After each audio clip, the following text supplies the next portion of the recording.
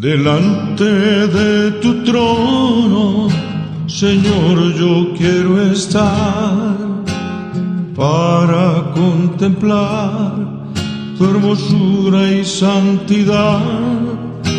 Delante de tu trono, Señor, yo quiero estar para contemplar tu hermosura y santidad y decirte te amo y decirte te adoro y decirte te amo y que eres todo para mí. Delante de tu trono, Señor, yo quiero estar para contemplar tu hermosura y santidad.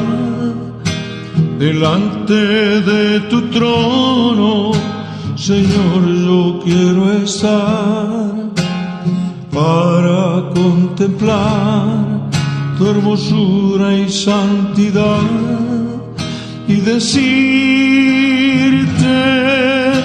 te amo y decirte te adoro y decirte te amo y que eres todo para mí y que eres todo para mí. Tal, mis amados, un saludo muy afectuoso, Luis Eduardo López, el siervo de Jesucristo. Seguimos estudiando la pasión de nuestro Señor Jesucristo. Ahora vamos a ver el cuarto lugar en el que Jesús estuvo en las últimas 24 horas. Lo vimos en el lugar de la traición, en el lugar del juicio religioso, en el lugar del juicio político, y ahora lo vemos en el lugar de su crucifixión y muerte. La crucifixión fue una modalidad de ejecución de los reos procesados y condenados por delitos cuya pena sería la muerte. Como antecedente, la ejecución se llevaba a cabo colgando al condenado en un madero. Posteriormente, los griegos y los romanos añadieron un travesaño o un palo horizontal o madero formando la cruz. Su origen se remonta a los egipcios. Lo continuaron haciendo los asirios, luego los persas, los cartagineses posteriormente, hasta que llegó a Roma. El reino que derrotaba a otro reino por lo general absorbía sus costumbres, sus artes, su religión, sus leyes, etc. Todo lo absorbía. Por eso vemos que, pongamos, el dios del vino en Roma era Baco y Dionisio. Ya tenían varias divinidades porque se juntaban la divinidad que ellos tenían y la divinidad del pueblo conquistado. Estos pueblos consideraban que la tierra era sagrada y que no debía ser contaminada con el cuerpo de un criminal. Según Josefo, en Antigüedades 12:5, la orden de Ciro permitiendo el regreso de los judíos de Babilonia a Jerusalén contenía la amenaza de crucifixión para aquellos que obstaculizaran el cumplimiento de la orden. Con posterioridad, Antíoco Epifanes, rey de Siria, en el año 168, contra quien se rebelaron los macabeos, bajo el liderazgo de Judas Macabeo. Esto está en el libro apócrifo de los Macabeos, primera y segunda de Macabeos. Antíoco Epifanes, en el año 168, crucificó judíos fieles que se rehusaron a abandonar su fe. Los romanos establecieron esta modalidad de ejecución, pero solo para hombres libres que hubieran sido hallados culpables de crímenes más execrables para esclavos. Una ley romana prohibía la crucifixión de ciudadanos romanos, pero con la anotada excepción: la crucifixión se practicaba abundantemente, era la forma normal como se cumplía la pena de muerte para los bandidos. La crucifixión en Jerusalén se llevaba a cabo en el Gólgota, que era la palabra hebrea, pero la palabra latina es Calvario, del griego cranión, calavera. Se han dado varias explicaciones sobre la razón de su nombre. Algunos dicen que es el lugar donde está enterrada la calavera de Adán. Otros dicen que es un lugar lleno de calaveras, lo que es improbable por dos razones. En primer lugar, en las crucifixiones romanas el cuerpo del delincuente no se enterraba y se dejaba colgado para que los buitres y demás carroñeros terminaran el trabajo. En segundo lugar, para los judíos, la obligación era descolgar el cuerpo en la tarde y enterrarlo, porque no se podía dejar el cuerpo hasta el amanecer. Tenía que ser enterrado sin falta el mismo día. Como dice el libro de Deuteronomio: maldito por Dios el que es colgado. Deuteronomio 21:23. Y en tercer lugar, es Números 21:23, lo que es admitido como lo más probable es que su nombre se debiera a que la colina tenía forma pelada parecida a una calavera. De ahí derivaba su nombre. Frecuentemente, antes de la crucifixión, se azotaba al condenado para acelerar la muerte con laceraciones. Los clavos en las manos y en los pies no producían la muerte. Esta sobrevenía por la asfixia, luego de que al estar colgados en la cruz se les quebraban los pies al reo, que estando descolgado no podía respirar, tal como se hizo con los dos ladrones que crucificaron al lado de Jesús. Al pasar a quebrar los pies de Jesús vieron que ya estaba muerto, por lo tanto no quebraron sus pies, en cumplimiento por lo dicho el salmista: Él guarda todos sus huesos, ninguno de ellos será quebrantado. Salmo 34:20. Muchas son las aflicciones del justo, pero de todas ellas les librará Jehová, como lo decíamos en el audio anterior, 34:19. Y el 20 dice: Él guarda todos sus huesos, ninguno de ellos será quebrantado, refiriéndose a nuestro Señor Jesucristo. Miremos el camino a la cruz. Jesús salió cargando su cruz. San Juan es el único evangelista que narra las cosas de esta manera. Los otros mencionan que cuando salían obligaron a uno llamado Simón de Cirene, que era el padre de Rufo. Está registrado en Romanos 16:13. Él ayudó a cargar la cruz, 19:17. Y él, cargando la cruz, salió al lugar llamado de la calavera, en hebreo Gólgota, y allí le crucificaron, y con él a otros dos, uno a cada lado, y Jesús en medio. Mateo 22:32, Marcos 15:31, Lucas 23:26. Ellos salieron de la ciudad a un lugar llamado el Gólgota o la calavera. El lugar queda fuera de las murallas de Jerusalén. En Hebreos 13:12 nos dice que Jesús sufrió fuera de la ciudad.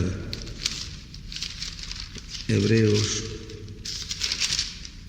13:12, por lo cual Jesús también, para santificar al pueblo mediante su propia sangre, padeció fuera de la puerta.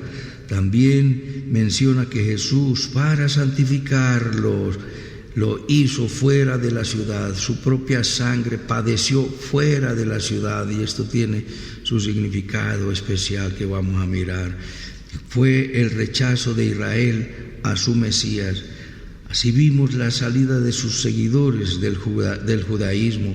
Al rechazar al Mesías prometido, rechazaron a Dios mismo y por consiguiente a un conocimiento mayor de Dios, puesto que el mismo evangelista dijo: a Dios nadie le vio jamás, el unigénito Hijo que está en el seno del Padre, Él le ha dado a conocer. Lo hemos visto, Juan 1:18.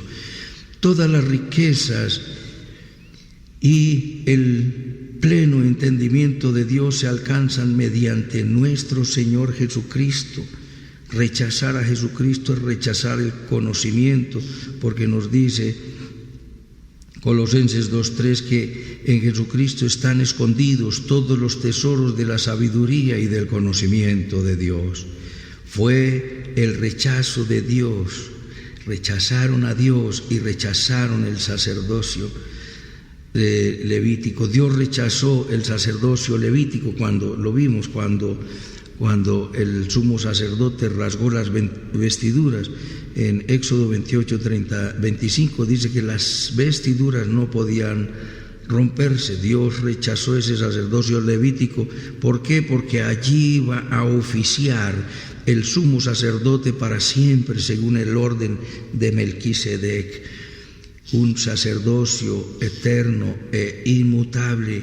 Allí se consolidó lo profetizado por Oseas, que el pueblo desecharía el conocimiento de Dios, por tanto Dios les desecharía del sacerdocio, y como desechaban la ley de Dios, Dios también se olvidaría de sus hijos. Lo dice Oseas capítulo 4, miremoslo. Mi pueblo fue destruido porque le faltó conocimiento. Por cuanto desechaste el conocimiento, yo te echaré del sacerdocio, y porque olvidaste la ley de tu Dios, también yo me olvidaré de tus hijos.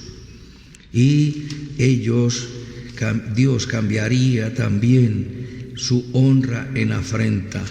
Nos lo dice: conforme a su grandeza así pecaron contra mí, también yo cambiaré su honra en afrenta, lo dice Oseas 4, versículos 6 y 7. Es también nuestra salida de la ley del pecado y de la muerte. La ley produce ira, la ley no produce salvación. ¿Qué es la ley? La ley es lo mismo que el termómetro al cuerpo. El termómetro te dice cuánta fiebre tienes, pero no tiene poder curativo. La ley te dice cuánto estás perdido, alejado de Dios en tus pecados y en tus delitos, y no puede producir salvación. Por eso nos dice que la ley por Moisés fue dada, pero la gracia y la verdad vinieron por Jesucristo. Es nuestra salida de la ley del pecado y de la muerte, de la religión, cualquiera que hubiésemos practicado, y del pecado de independencia de Dios, es decir, de una vida sin Dios, como dice Hebreos 3:12, que no haya entre vosotros ninguno de corazón malo de incredulidad para apartarse del Dios vivo. La religión o la asistencia a una iglesia no nos hace hijos de Dios. Hay que salir del mundo, como Jesús salió de la ciudad para santificarnos con su sangre en el Gólgota, en el monte de la calavera. Hay que salir del mundo sin Dios a la comunidad, a la comunión y a la intimidad con Dios. Con Jesús, mediante una rendición total y plena a su voluntad, y su voluntad es buena, es agradable y es perfecta, como lo dice: a los suyos vino y los suyos no le recibieron, mas a todos los que le recibieron les dio potestad de ser hechos hijos de Dios. En Juan 10, 8 al 10 dice: y esta es la palabra que predicamos. Si confesares con tu boca que Jesús es el Señor y creyeres en tu corazón que Dios le levantó de los muertos, serás salvo. Porque con el corazón se cree para justicia y con la boca se confiesa para salvación.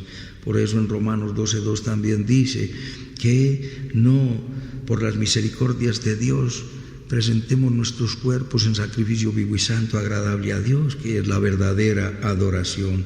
En Apocalipsis 18:4 nos dice, acorde con todo esto que estamos diciendo, salid de en medio de ellas, pueblo mío, para que no te toque ninguna de las plagas que están destinadas para ellos. Nos hace Dios la invitación para que salgamos fuera del campamento de la religión, fuera del pecado y de la vida sin Jesús e independientemente de Él. Porque recuerda que en Isaías capítulo 24 nos dice: quebrantada está la ciudad, la tierra será enteramente vaciada y completamente saqueada, porque Jehová ha pronunciado esta palabra. Se destruyó, cayó la tierra, enfermó, cayó el mundo, enfermaron los altos pueblos de la tierra se contaminó bajo sus moradores, porque traspasaron las leyes, falsearon el derecho y quebraron el pacto eterno con Dios. Por esta causa vino la maldición. Por eso hay que salir, como dice, que salgamos de ella, porque no hay comunión entre la justicia y la injusticia. No hay comunión entre Cristo y Belial. Salid de en medio de ellos. Cada creyente ha de tomar su cruz y seguirle. La entrada a la salvación es gratuita, pero implica responsabilidades. Por eso nos demanda valentía, fortaleza, y esa fortaleza y esa valentía, ese valor, ese coraje, lo da Él mediante su gracia. Ahí tenemos el Espíritu Santo, el Paracleto, uno que está al lado, y Él es el que da el esfuerzo. Él nos da el esfuerzo cuando dice: esfuérzate en la gracia. Dice otra versión: saca fuerzas de la bondad de Dios. Y es para llevar mucho fruto, como lo dice Juan 15:8. En Josué 1:9 nos dice: esfuérzate y sé valiente. Mateo 11:12, el reino de los cielos sufre violencia y lo arrebatan los violentos contra el pecado, los valientes. Y nos dice: venid a mí los que estéis cargados y trabajados, que yo os haré descansar. Esfuérzate en la gracia. Jesús fue crucificado en medio de los bandidos. Entonces, número uno, vimos que Jesús salió cargando su propia cruz. Por eso Jesús dice: tome su cruz y sígame. No puedes quedarte en la ciudad del pecado. Si quitares de en medio de ti el dedo amenazador, el hablar vanidad, si dieres tu pan al hambriento y saciares el alma afligida, saca las anclas de la vida del pecado, del puerto del pecado. Hay que salir como Jesús salió de la ciudad. Número 2, Jesús fue crucificado en medio de dos bandidos. 19:18 nos dice que Jesús fue crucificado en medio de dos bandidos. Juan 19:17, y cargando su cruz salió al lugar llamado de la calavera, que en hebreo es Gólgota. 18, y allí le crucificaron, y con él a otros dos, uno a cada lado, y Jesús en medio. Vemos claramente que cuando se van a narrar los acontecimientos de la historia de la humanidad, tenemos como referencia el antes de Cristo y después de Cristo, para ubicarnos dentro del tiempo, en todos los sucesos, en todo lo que ha ocurrido. Jesucristo es el hombre que partió la historia, los acontecimientos que se presentaron en la historia antes o después de Jesucristo. Jesucristo dividió la historia de la humanidad, dividió la humanidad, inclusive dividió fue la humanidad. Los dos bandidos son los representantes de la humanidad, como lo fueron Caín y Abel. Tanto creyente como la humanidad incrédula, Tanto el uno como el otro merecían morir. Los dos bandidos estaban condenados a muerte, merecían la muerte, pero en el momento de la elección, como nos dice, escoge tú la vida para que vivas tú y tu descendencia. Entra por la puerta estrecha, porque la ancha lleva a la perdición. Uno de ellos optó por creer en aquel que moría también en su lugar, el que murió en el lugar de Barrabás, en el que murió en el lugar del criminal, en aquel que murió en el lugar del pecador. Y esos somos tú y yo, mi amado, que me escuchas, pagando la deuda del pecador, que es la muerte eterna. El que peca debe morir. Pero Jesús había dicho a Marta: y todo aquel que cree en mí no morirá eternamente. ¿Crees eso? Yo soy la resurrección y la vida. Juan 11, 25 y 26. Solo hay dos caminos, uno que lleva a la vida y su puerta es estrecha, y pocos son los que la hallan y entran por ella. Otro es el camino que lleva a la perdición, y siendo su puerta tan ancha, muchos son los que la hallan y entran por ella. Bien escribió Salomón: hay camino que al hombre parece derecho, pero su fin es camino de muerte. Está en Proverbios 14, 12 y 16, 25. Y en Mateo 7, 13 y 14 nos habla de la puerta y el camino estrecho, y la puerta y el camino ancho. Uno lleva a la salvación y el otro a la perdición y condenación eterna. Como te lo he dicho, mi amado, al final Dios no echará a nadie al infierno. Cada uno escogió su camino. En tercer lugar, la distinción honorífica fue una burla para Pilato y una ofensa para los judíos. En el 19 dice: escribió también Pilato un título que puso sobre la cruz, el cual decía: Jesús Nazareno, Rey de los judíos. Y muchos de los judíos leyeron este título porque el lugar donde Jesús fue crucificado estaba cerca de la ciudad, y el título estaba escrito en hebreo, en griego y en latín. Y dijeron a Pilato los principales sacerdotes de los judíos: no escribas Rey de los judíos, sino que él dijo: soy Rey de los judíos. Sabemos que Pilato odiaba a los judíos, pero durante el juicio político por insurrección fue temeroso y cedió a las pretensiones y a las presiones de los judíos, de los principales sacerdotes, escribas y fariseos. No tuvo el suficiente valor y coraje para dictar una sentencia absolutoria en beneficio de aquel en quien en muchas ocasiones manifestó claramente que no hallaba en él ningún delito ni pecado digno de muerte, como lo dice en el 18:39. Pero vosotros tenéis la costumbre que os suelto a este. Soltaron a Barrabás. Yo no encuentro en él ningún delito, dice 19:4, ningún delito hallo en él. Ahora Pilato se mantiene en lo determinado por él y no cede a lo insignificante.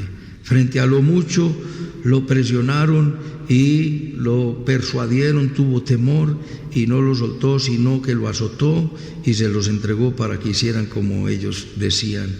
Pero ante lo insignificante, los judíos presionaron a Pilato y Pilato no cedió. Pues vemos como la presión de lo más, ante eso lo persuaden, y la presión por lo menos ante eso sí muestra su autoridad. Pilato muestra esa autoridad y carácter fuerte y no manipulable ante lo que era más suave. Versículo 20 y 22. Vimos también que los judíos solo tenían a Dios por rey. Ellos anteriormente decían: solo tenemos por Dios, por rey, a Jehová, a Dios, quien ungió como rey a Saúl, a David y a Salomón.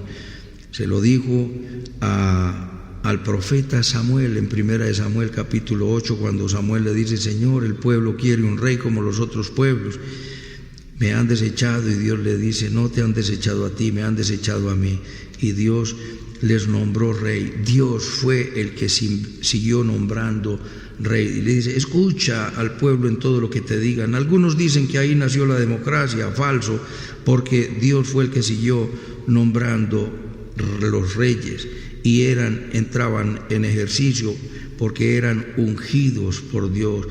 El rey Saúl, David, Salomón estaban en la representación divina como monarcas de Israel, ungidos por Dios, pero Tiberio no había sido ungido por Dios para ser el emperador, aunque es Dios el que pone reyes y quita reyes en el mundo entero, y cada pueblo tiene los gobernantes que se merece, lo que significa que el emperador romano no actuaba en representación del único y sabio Dios, pero los reyes de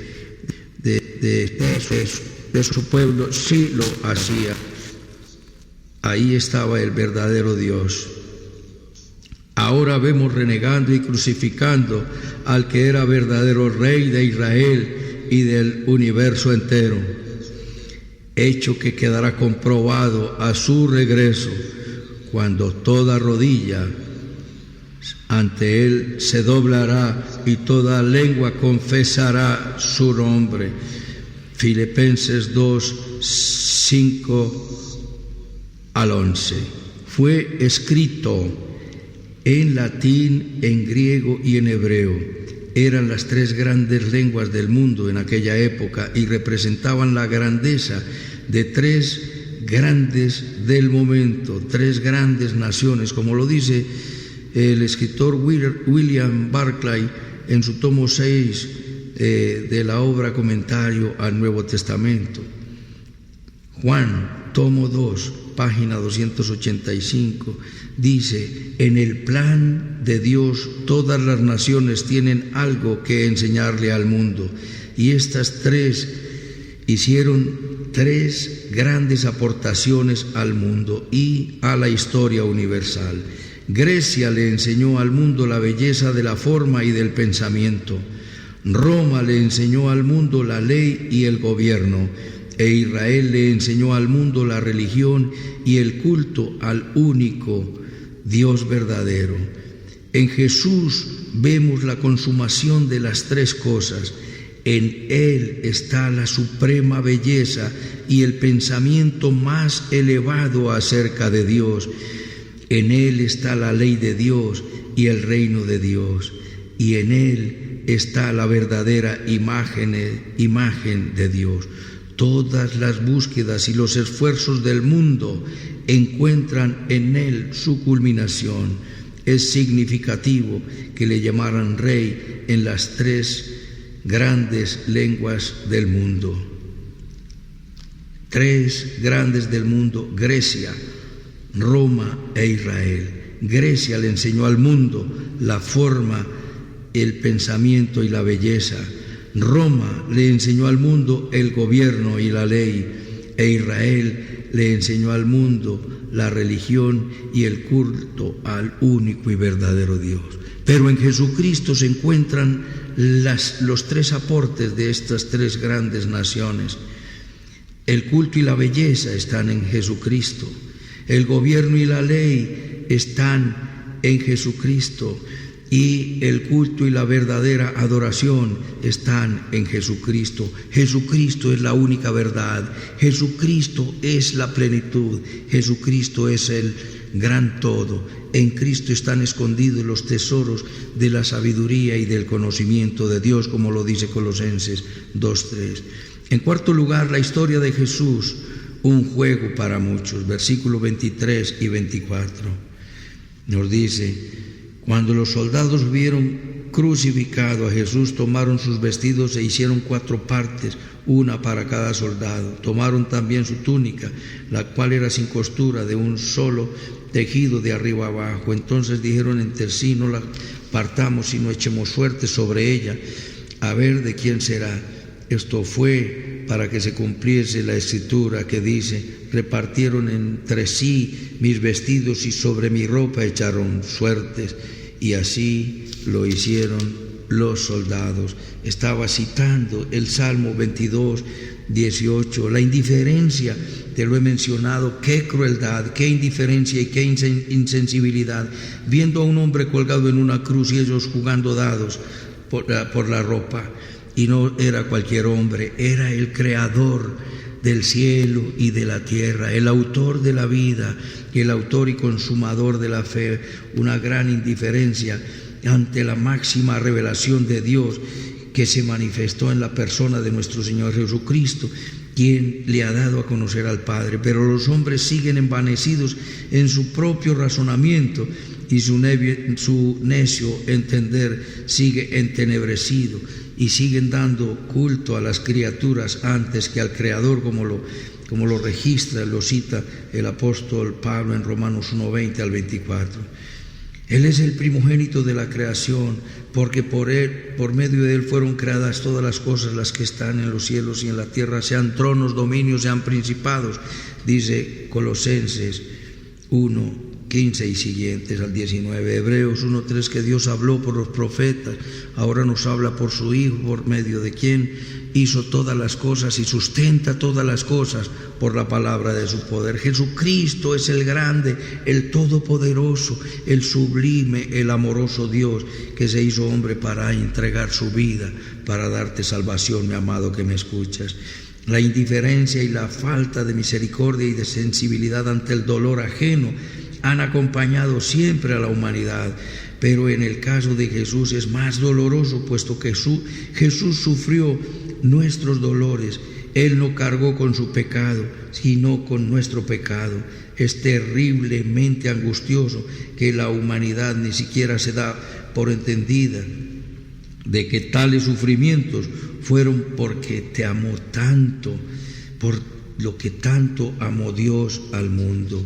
Amó tanto Dios al mundo que nos dio a su Hijo unigénito, para que todo aquel que en él cree no se pierda, mas tenga vida eterna. Aún hoy día el Espíritu Santo sufre y se entristece con nuestro pecado y con la indiferencia de la humanidad ante la obra redentora de Jesús. Precisamente, blasfemar contra el Espíritu Santo es rechazar a Jesús. Según está escrito, se sentó el pueblo a comer y a beber y se levantó a jugar, como lo dice 1 Corintios 17, citando Éxodo 32, versículo 4 y 6. Estas cosas se escribieron para nosotros, para darnos ejemplo, para que no codiciemos cosas malas. Para eso se escribió la Escritura. Vemos los errores de los antepasados y vemos los aciertos de los antepasados. ¿Cómo le fue a los que escogieron lo malo?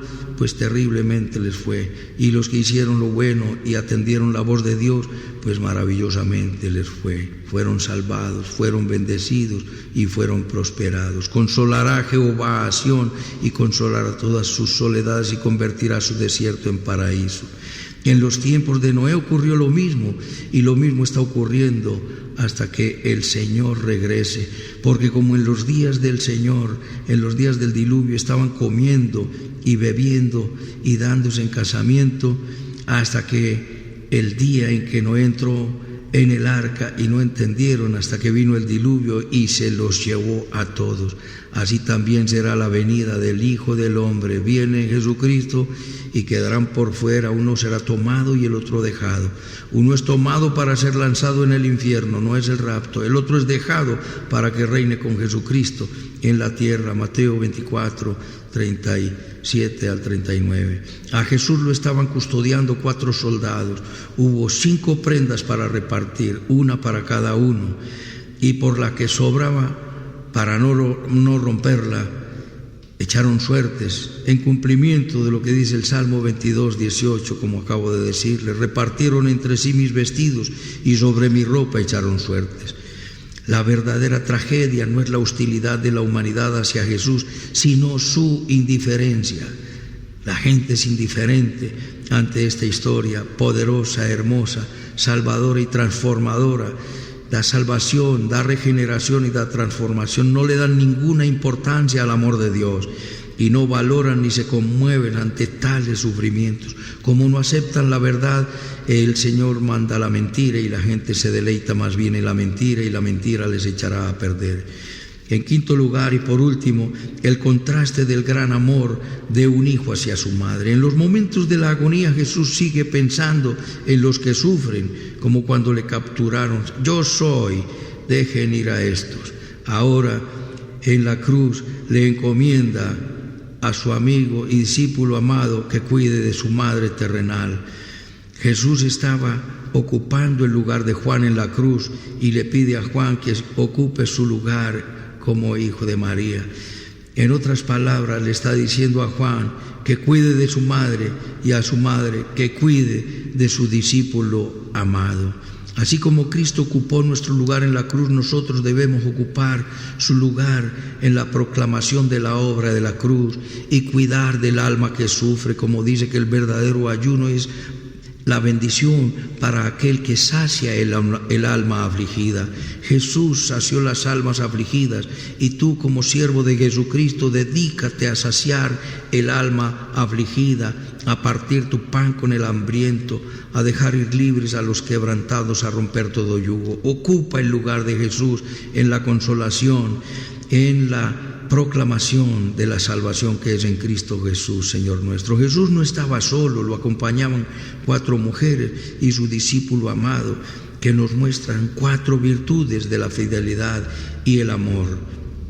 Es el amor, número 1, incondicional y permanente de una madre. Estaba representado en la presencia de María, su madre, en quien pensó que quedaría muy sola, y la pone al cuidado de su discípulo. Vemos allí el amor incondicional de una madre a la que aquel hombre justo en el templo, en el momento en que Jesús fue presentado a Dios luego de su nacimiento, conforme a la ley de Moisés, le había dicho Simeón, le había dicho a María que sería puesto para levantamiento y caída de muchos, para señal que sería contradicha y que una espada traspasaría el alma de esa madre. En cuanto a ti, una espada traspasará tu alma.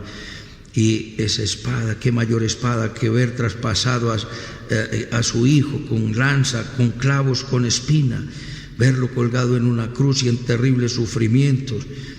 Sin embargo, nos ha dado inmenso ejemplo con su silencio y su perdón a los verdugos. La Virgen María, mujer digna de imitar, no de adorar, pero sí de imitar.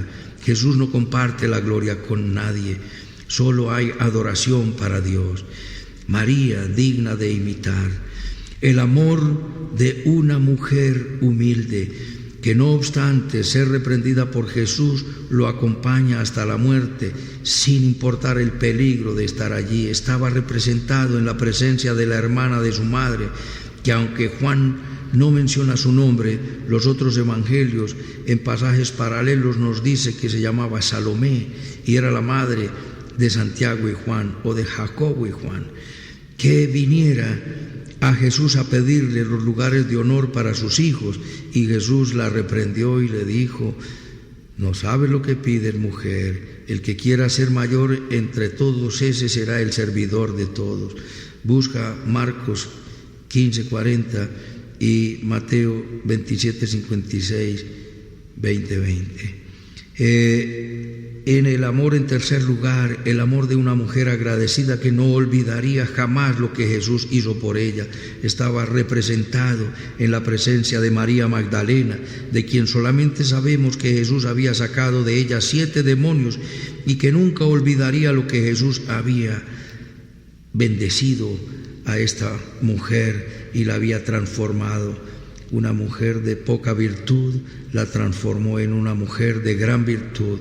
En cuarto lugar, el amor de un amigo y discípulo fiel estaba representado en la presencia de Juan, el único de los discípulos que lo acompañó hasta la muerte, a quien no le importaron las circunstancias. Este era su discípulo amado y el que da testimonio de todas estas cosas. Reflexionemos sobre todo esto, mis amados. Así como el mundo rechazó a Jesús, si somos sus verdaderos servidores y sus verdaderos discípulos, no nos extrañe porque a nosotros también nos rechazarán. Dice que el apóstol Pablo en 2 Timoteo capítulo 3, versículos 12, 13, que todos los que quieren vivir piadosamente padecerán persecución, seremos perseguidos, seremos rechazados. Dice la última bienaventuranza: bienaventurados los perseguidos por causa de mi nombre. Jesús lo había advertido y les dijo: estas cosas os he hablado para que no tengáis tropiezo. Os echarán de las sinagogas y aun cualquiera que os mate pensará que rinde culto a Dios.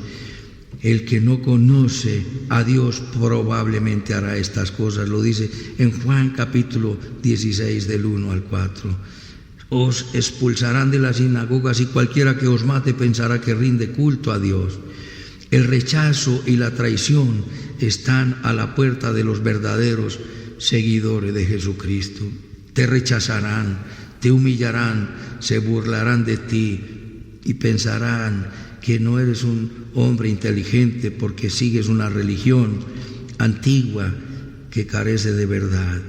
Pero pronto se dará cuenta la humanidad que la Biblia no es un libro de fábulas inventadas, sino que es un libro que cuenta la historia con miles de años de anticipación. El rechazo y la traición están a la puerta de los verdaderos seguidores de Jesús. Mi amado que me escuchas y quieres seguirle o sigues a Jesús, enérgica y enojadamente nos dirán: a mí no me hable de esas cosas. Y muchas veces cuando le hablamos a alguien de Jesús pareciera que le estuviéramos hablando del diablo, porque se enojan de una manera asombrosa. Como Jesús salió y fue crucificado fuera de los muros de la ciudad, así debemos nosotros salir de la malicia, de la maldad, de la inmoralidad, la incredulidad, del orgullo, es decir, de todo tipo de pecado, de todo tipo de impureza. Entre tanto, muchos se burlan y asumen la vida frente a Dios como un juego.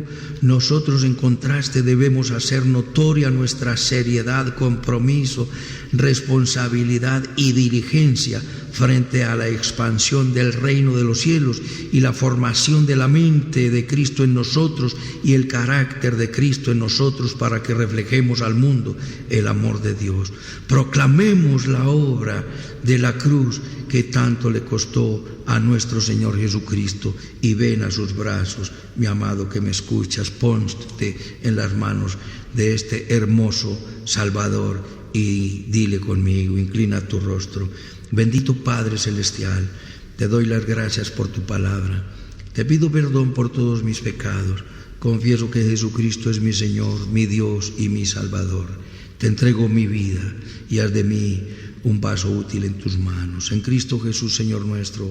Amén.